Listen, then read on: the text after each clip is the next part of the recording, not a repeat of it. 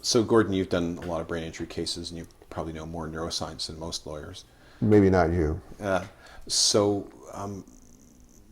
tell us about the pre-trauma amnesia, the retrograde amnesia. What do you think the significance of that is? Well, honestly, in most concussion cases, mild brain injury cases, there isn't any that can be measured.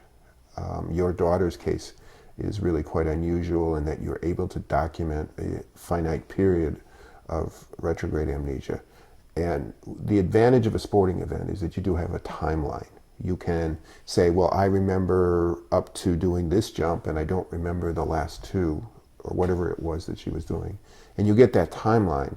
In most cases, there's either no retrograde amnesia, or it's not something that gets recorded, or someone as knowledgeable as you is on the scene to make sure that that gets conveyed to the medical personnel. Amnesia is the most important measurable symptom of concussion. And the concussion that has relatively little amnesia, in all likelihood, will not be that serious. There are other signs and other symptoms that can occur.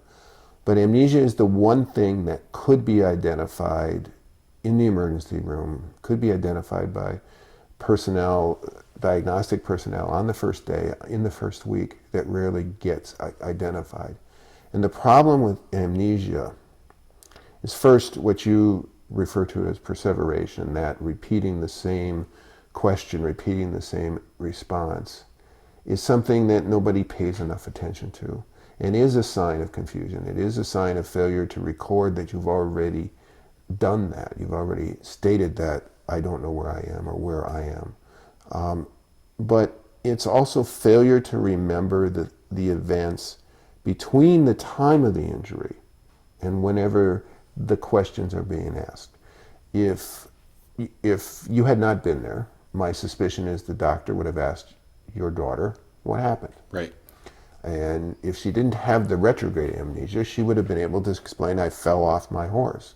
And she might have even been able to say that if she hadn't had as much confusion as she had, even if she had a little bit of retrograde amnesia. She would figure out she fell off her horse. She's laying on the ground Right. in a horse helmet. It's always the wrong question. What Right. happened? The critical question is, first, on the day of the accident, not what happened, even what happened next, but what happened in the period after that. Because your brain can remember the time around a traumatic event better than it will remember the less significant events that come afterwards. So if I were an emergency room doctor, my questions would certainly be, I'd want to know what happened, but I'd be just as interested in knowing what happened 20 minutes after the injury, what happened 10 minutes ago. Now in Canada, you guys streamline through your emergency processes so that they don't make you sit in the ER for 45 minutes while they process your insurance information. But one of the questions I would ask in an American emergency room would be, tell me about the strangest person that was in the emergency room while you were sitting there. Or tell me about the person, the admitting clerk who asked you all your information. What was it about that process that you remember? What was it about that you were frustrated with? The frustration memory is more likely to show up than the normal memory. The question that rarely gets asked, even though it is such an obvious question, is, tell me about the ambulance ride. Right. These questions don't get asked. And the reason these questions are so important is they tell us whether or not the brain is remembering relatively routine things. The brain remembers the most important things best. But if it isn't remembering routine things, it's not working, it's not functioning, in your words, as well as it should. Right. And it's terribly important that we know that.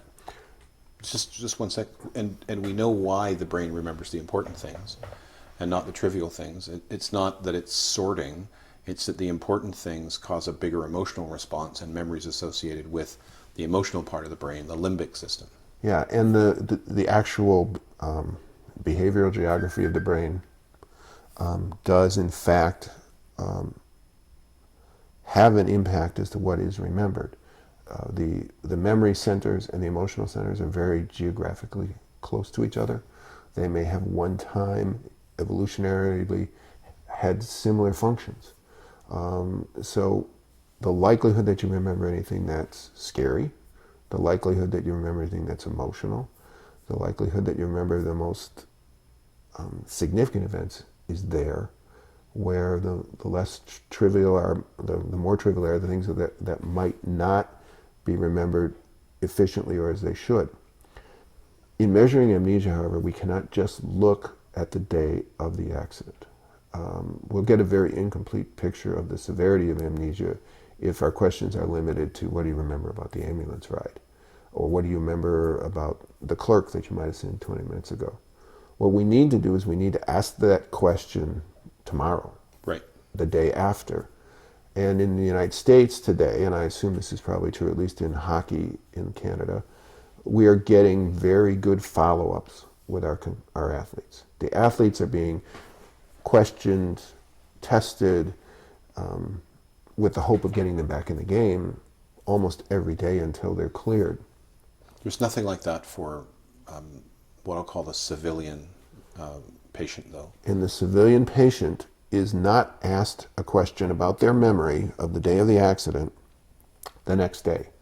And on the third day, they're not asked about their memory of the second day.